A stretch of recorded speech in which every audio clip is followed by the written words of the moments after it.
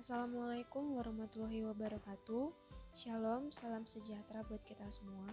Kami dari kelompok 3, Prodi D3 Keuangan Fakultas Ekonomi Bisnis Universitas Sumatera Utara, yang beranggotakan K. Delihana Manalu 2021011012, Christine Putri Damani 2021011025, Yuli Anita Situmorang 2021011027, Sulastri Samaria Simorangkir 2021011031, dan juga Yesi Angelina 2021011040. Untuk mata kuliah manajemen, dosen pengampu Ibu Yasmin Mukhtar, SP MBA. Pada kesempatan kali ini, kami akan menganalisis SWOT dari suatu perusahaan. Perusahaan yang kami pilih yaitu PT Mayora Indah Tbk. Profil perusahaan dari Mayora Indah ialah PT Mayora Indah Tbk atau Mayora Indah serta Mayora Group adalah salah satu kelompok bisnis produk konsumen di Indonesia, didirikan pada tanggal 17 Februari 1977. Perusahaan ini terdaftar sebagai perusahaan publik yang tercatat di Bursa Efek Indonesia dengan kode IDX MIOR pada tanggal 4 Juli 1990. Pemilik dari perusahaan ini adalah PT Yunita Barindo, berkantor pusat di Jakarta, memiliki beberapa anak perusahaan, yaitu PT Tirta Fresindo Jaya, PT Torabika Eka Semesta, PT Kakao Mas Gemilang, dan didirikan oleh beberapa orang, yakni Jogi Hendrat Majaya, Dr. Andes Raden Sudikyo, Insinyur Darmawan Kurnia. Adapun visi dan misi dari perusahaan ini ialah untuk menjadi produsen makanan dan minuman yang berkualitas dan terpercaya di mata konsumen, dan dapat memberikan kontribusi positif terhadap lingkungan dan negara di mana perseroan berada. Perusahaan ini telah mencapai beberapa penghargaan, yakni diantaranya menjadi top 100 exporter companies di Indonesia dari majalah SYI, menjadi top 5 best managed companies Indonesia dari Asia Money, menjadi top 100 public listed company 2009-2010 oleh Investor Magazine Indonesia, Best Manufacturer of Halal Product 2004 oleh Majelis Ulama Indonesia, dan memiliki sertifikat SNI, ISO 9001 dan sertifikat ISO 22000.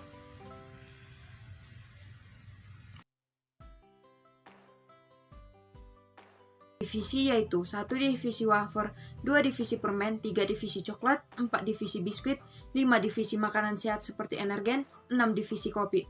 Produk yang paling laris di pasaran adalah biskuit Roma Kelapa, permen Kopiko, wafer, coklat, dan kopi Torabika, dan teh pucuk harum. Analisis SWOT. SWOT analisis adalah metode analisis perencanaan strategis untuk memonitor dan mengevaluasi lingkungan perusahaan, baik lingkungan eksternal dan internal untuk suatu tujuan bisnis. Analisis SWOT terdiri atas 4 bagian, yaitu strength kekuatan, weakness kelemahan, opportunities peluang, threats ancaman. Analisis SWOT Mayora Indah. Yang pertama adalah strength atau kekuatan, di mana fasilitas produksi canggih dan modern. Perusahaan ini mampu memastikan adanya efisiensi, produktivitas, kapasitas produksi yang besar, dan kualitas hasil produksi yang tinggi untuk menjamin perolehan laba. Kemudian, menghemat dengan menekankan biaya yang dikeluarkan dan meningkatkan profitabilitas. Upaya yang dilakukan secara efisiensi dengan mengelola dan berupaya menyediakan bahan baku sendiri, membeli bahan baku dari sumber utama, dan mengurangi ketergantungan pada pemasok. Dengan membuat keputusan secara cepat, akurat, dan hati-hati, membuat perseroan mampu berinovasi untuk memberikan produk yang sesuai dengan kebutuhan pasar, seperti energen yang terus-menerus berusaha menghasilkan produk-produk yang menjadi pelopor pada kategorinya masing-masing.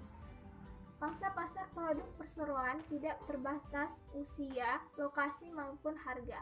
Pangsa pasar produk perseroan masih terbuka lebar karena perseroan memiliki beragam jenis produk yang dapat memenuhi permintaan semua kalangan.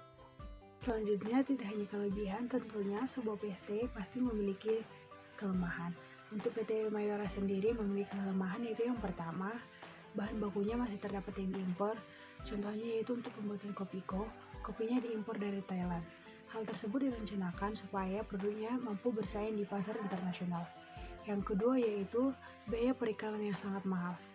PT Mayora hampir menghabiskan 49 miliar hanya untuk promosi, bahkan naik hingga 52 miliar untuk tahun berikutnya. Itu adapun kesempatan atau peluang yang dimiliki PT Mayora untuk perkembangannya ke masa depan, yaitu yang pertama, adanya potensi peningkatan jumlah penduduk kelas menengah di Indonesia, yaitu merupakan target bagi penjualan produk. Yang kedua, peluang ekspor produk yang masih sangat luas dan terbuka lebar. Dengan demikian, perkembangan perseroan di masa depan akan lebih stabil dan kuat. Yang ketiga, adanya dukungan kuat dari perbankan, yaitu untuk mempertahankan kesempatan berinvestasi, sehingga tidak akan terjadi stagnasi. Kemudian ada tantangan. Tantangan dalam hal ini yaitu persaingan yang semakin ketat. Dengan banyak muncul merek-merek baru dan importir yang memasukkan produk luar negeri ke dalam negeri, mengakibatkan biaya penjualan menjadi lebih tinggi. Kenapa? Karena lonjakan harga bahan baku mengakibatkan depresiasi nilai tukar rupiah terhadap dolar Amerika Serikat, berimbas pada harga bahan baku produksi yang diimpor ataupun pasar lokal naik. Efeknya biaya yang dikeluarkan bertambah besar. Selanjutnya adalah rekomendasi. Berdasarkan dari analisis di atas, PT Mayora Indah dapat melakukan beberapa rekomendasi. Yang pertama ada strength. Strength adalah mempertahankan keunggulan yang dimiliki dari segala sisi.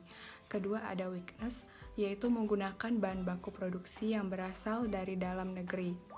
Yang ketiga ada opportunities, yaitu membangun kerjasama yang baik dengan pemerintah, perbankan, maupun perusahaan lain agar peluang dapat terrealisasi dengan baik. Yang keempat ada traits, yaitu mempertahankan kualitas produk agar tidak kalah saing dari produk-produk lain dan membuat inovasi baru.